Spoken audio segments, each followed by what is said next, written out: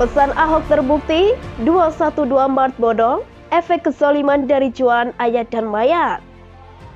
Sebelum kita lanjut, jangan lupa subscribe dan nyalakan lonceng agar mendapat informasi yang terbaru. Dengan berkedok agama telah banyak memakan korban, lalu pikiran yang kecewa pun menyalahkan agama. Padahal akal yang terinfeksi virus doktrin kebodohanlah yang menyebabkan kerugian bagi umat ini. Bodoh, ngeyel, lalu dikiring-kiring dengan jargon-jargon semangat keagamaan, jutaan umat bisa tertipu. Apakah ini juga bisa berarti kelak di akhirat nanti banyak umat yang baru sadar setelah dikiring ke neraka? Wallahu alam. Penyesalan itu selalu datang terlambat, kalau datang di muka namanya pendaftaran. 212 Maret adalah ide yang tercetus berkat menzolimi Ahok. Ahok dipaksa sebagai pelaku penista agama. Akal sehat sangat jelas melihat itu adalah sebuah pemaksaan atau persaingan politik kekuasaan. Orang-orang di belakang Anies mempunyai kepentingan yang sangat rakus, sehingga mau mengeluarkan dananya agar umat bisa berdemo berjilid-jilid. Padahal para bohir itu bisa menggunakan dananya untuk menyelesaikan masalah kemiskinan. Tapi ya, namanya juga bajingan, mana peduli dengan nasib bangsa ini. Yang mereka pedulikan adalah kekuasaan duniawi. Demo demi demo digelar, umat bersemangat. Bayangkan akan mendapatkan surga untuk terngiang-ngiang. Merasa agamanya dihina sementara korupsi yang telah dilakukan oleh salah satu tokoh yang KTP-nya Islam tenang-tenang saja. Tidak melihatnya sebagai penistaan agama, permainan simbol lebih diutamakan daripada makna. Kelompok HTI dan FPI yang paling bernafsu berteriak tentang penistaan ini. Pun mereka mencoba bernostalgia tentang kejayaan Islam di masa lalu, yang tentu saja versi sejarah yang berkembang banyak coraknya.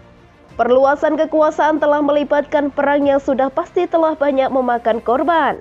Namun akhirnya cerita kejayaan itu hanya tinggal kenangan. Melihat perkembangan dunia yang semakin maju karena kekuatan ekonomi, kelompok 212 pun tercetus ide agar ekonomi umat bisa menguasai dunia. Mereka membentuk gerakan ekonomi 212 Maret. Harapannya bahwa semua umat Islam bisa menjadi penguasa ekonomi di negeri ini. Tapi sayangnya mereka lupa bahwa demo berjilid-jilid itu ada juga orang-orang yang tidak terlalu religius ikut-ikutan, dan bisa jadi para naga pun ikut nimbrung sambil tertawa terbahak-bahak. Jika agama hanya dijadikan kedok atau topeng untuk menggapai kekuasaan politik, maka ada jalan-jalan tidak benar yang dilalui. Karena itulah Anies mendapatkan gelar gak benar, karena meraih kursi gubernur sudah gak benar. Jualan ayat dan mayat bukanlah pertandingan politik yang fair, tapi inilah perbuatan sadis. Para perampok di jalan Tuhan menghancurkan demokrasi, tidak mendidik umat. Berdirinya 212 Maret, mungkin awal-awal para fansnya berbangga diri. Mereka telah menghayalkan bahwa kekuatan Islam di Indonesia sudah semakin nyata. Mereka nampaknya mabuk, ternyata banyak kejanggalan. Dan kini di Samarinda akhirnya para investornya pun melapor. Sebenarnya 212 Maret ini sangat tidak diminati masyarakat. Ada banyak masyarakat yang tidak bisa bersuara atas kezaliman dengan mengatasnamakan agama. Namun masyarakat yang diam ini bergerak dengan cara tidak berbelanja di 212 Maret. Apalagi mungkin harga barang-barangnya juga lebih tinggi dan tidak lengkap. Maka pemenang pasar tentulah yang bisa menjangkau dan tidak jualan agama, kan? Dana yang terkumpul dari umat ini diduga sudah raib. Investasi bodong sejenis ini sudah terjadi beberapa kali dan atas nama agama pula. Tapi masih saja ada umat yang masih semangat mau kena prank atas nama agama. Beragama tanpa berakal fatal jadinya, hanya jadi korban bulan-bulanan dari para penjajah agama atau politisi yang doyan jualan agama demi kekuasaan politik. Kerugian demi kerugian, kesialan demi kesialan bukanlah takdir dari Tuhan, tapi itu adalah kesalahan diri sendiri karena mudah sekali dibohongi pakai jargon-jargon agama. Menjadi pongah karena terlalu percaya diri bahwa dirilah yang paling benar.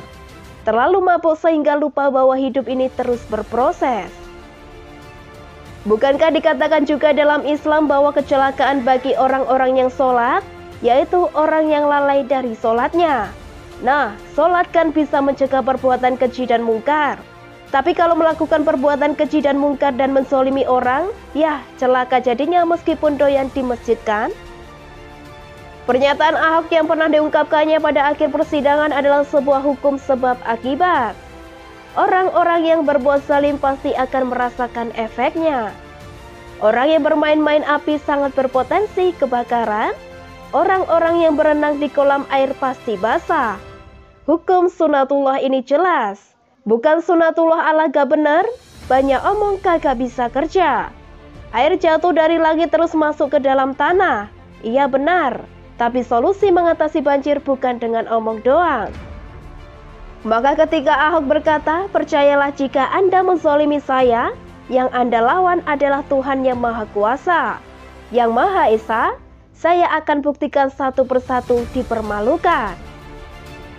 Terima kasih, artinya para pecundang dan pelaku kezoliman jelas telah melawan hukum Tuhan. Meskipun mereka bawa-bawa jargon agama tapi kezoliman yang dilakukan jelas, maka hukumnya itu pun terjadi. Dan kini satu persatu para pendemo Ahok sudah mulai merasakannya. Yang terakhir si Munarman yang dipermalukan dengan sandal dan rekaman CCTV di hotel. Dan hukuman ini terus berjalan, bisa jadi akan menimpa para bohir yang selama itu pernah mendanai demo 212 dan sederetnya. Caplin, Pepo, wallahu alam. Kita lihat saja nanti. Yang jelas 212 Mart yang sudah merugikan investornya adalah bisa jadi bagian dari efek kejoliman ini. Kura-kura begitulah.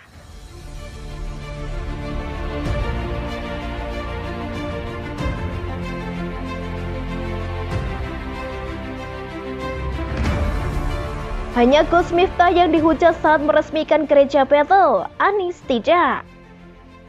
Sebelum kita lanjut, jangan lupa subscribe dan nyalakan lonceng agar mendapat informasi yang terbaru. Pertama-tama saya ingin tegaskan bahwa kelompok yang tidak suka melihat orang Islam masuk gereja pasti kadrun. Sebab kadrun paling takut imannya runtuh jika masuk gereja. Jika ada ustadz masuk ke gereja apalagi ceramah di sana, sudah pasti rame-rame menghujat. Ustadz tersebut bakal dituding kebablasan dalam bertoleransi. Kedua, kadrun itu biasanya pendukung Anies. Bagi mereka, Anies adalah pemimpin ideal. Anies disebut santun, soleh, serta alim. Padahal bagi yang paham rekam jejak Anies, justru Anies dikenal liberal dan pro-Syiah. Paramadina adalah kampus yang dikenal paling liberal dan Anies pernah jadi rektor di sana. Dari dua fakta unik tentang kadrun tersebut, nanti kita akan melihat perbedaan sikap mereka terhadap ustadz yang ceramah di gereja, juga kepada Anies Baswedan. Sebelumnya diberitakan, Gubernur DKI Jakarta Anies Baswedan bersama pimpinan Pondok Pesantren Ora Aji Sleman Yogyakarta Gus Miftah meresmikan Gereja Bethel Indonesia atau GBI Amanat Agung di Panjaringan, Jakarta Utara, Kamis 29 April 2021. Sebelumnya diberitakan, Gubernur DKI Jakarta Anies Baswedan bersama pimpinan Pondok Pesantren Ora Aji Sleman Yogyakarta, Gus Miftah, meresmikan Gereja Bethel Indonesia atau GBI Amanat Agung di Penjaringan, Jakarta Utara, Kamis 29 April 2021. Kedatangan Anies dan Gus Miftah disambut oleh Pendeta Muda Johan Sunarto. Johan mengatakan, kedatangan Anies dan Gus Miftah disambut oleh Pendeta Muda Johan Sunarto. Johan mengatakan, kedatangan Anies dan Gus Miftah untuk menyaksikan acara penandatanganan Deklarasi Kerukunan Umat Beragama RW 015 Penjaringan, Jakarta Utara sekaligus meresmikan gedung GBI Amanat Agung. Jujur saya sangat senang melihat Gus Miftah ceramah di gereja. Indonesia butuh lebih banyak model ustaz seperti Gus Miftah agar toleransi serta toleransi antar seluruh pemeluk agama di Indonesia tetap secara umum terjaga. Yang unik adalah Anies dan Gus Miftah sama-sama datang ke acara peresmian Bethel Indonesia atau GBI Amanat Agung di Penjaringan, Jakarta Utara. Tapi oleh warganet berjenis kadrun yang dihujat hanya Gus Miftah, Anies tidak. Padahal keduanya sama-sama datang ke peresmian Gereja Bethel Indonesia atau GBI Amanat Agung di Penjaringan, Jakarta Utara. Tak lama setelah mengunggah videonya ceramah di gereja, Gus Miftah rupanya tak hanya mendapat sanjungan tetapi juga cemooh. Terlihat pada salah satu unggahannya di story, seorang warganet menuding bahwa pimpinan Pondok Pesantren Ora Aji Sulaiman ini menunjukkan toleransi yang kebablasan.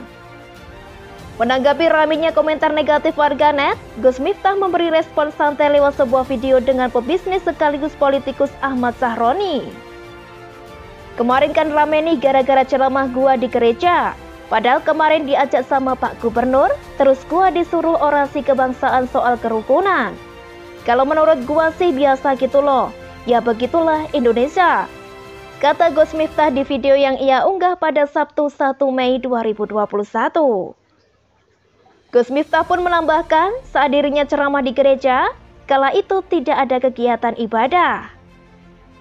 Itu konteksnya bukan ibadah, itu peresmian gereja, makanya saya bilang silaturahmi kita dengan Tuhan ya salat. Silaturahmi kita dengan Nabi, selawat. Silaturahmi kita sama anak bangsa, ya Pancasila, kata Gus Miftah. Itu konteksnya bukan ibadah, itu peresmian gereja, makanya saya bilang silaturahmi kita dengan Tuhan ya salah, silaturahmi kita dengan Nabi selawat.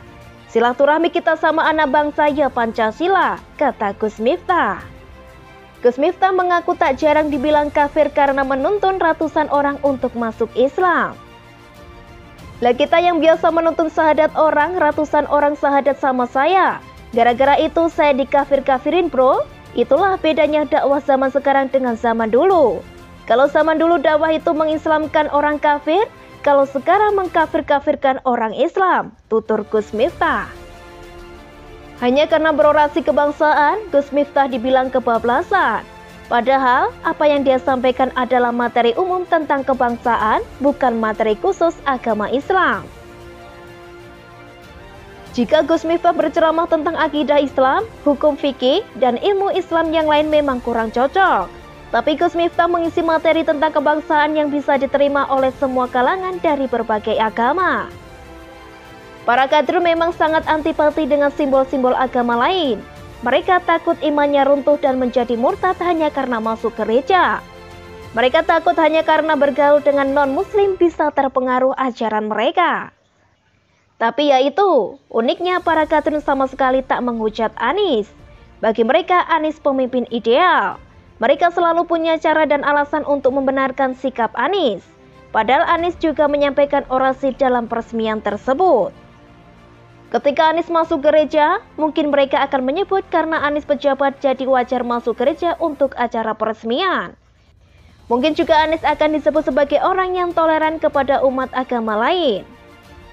Begitulah para kadrun, selalu punya standar ganda.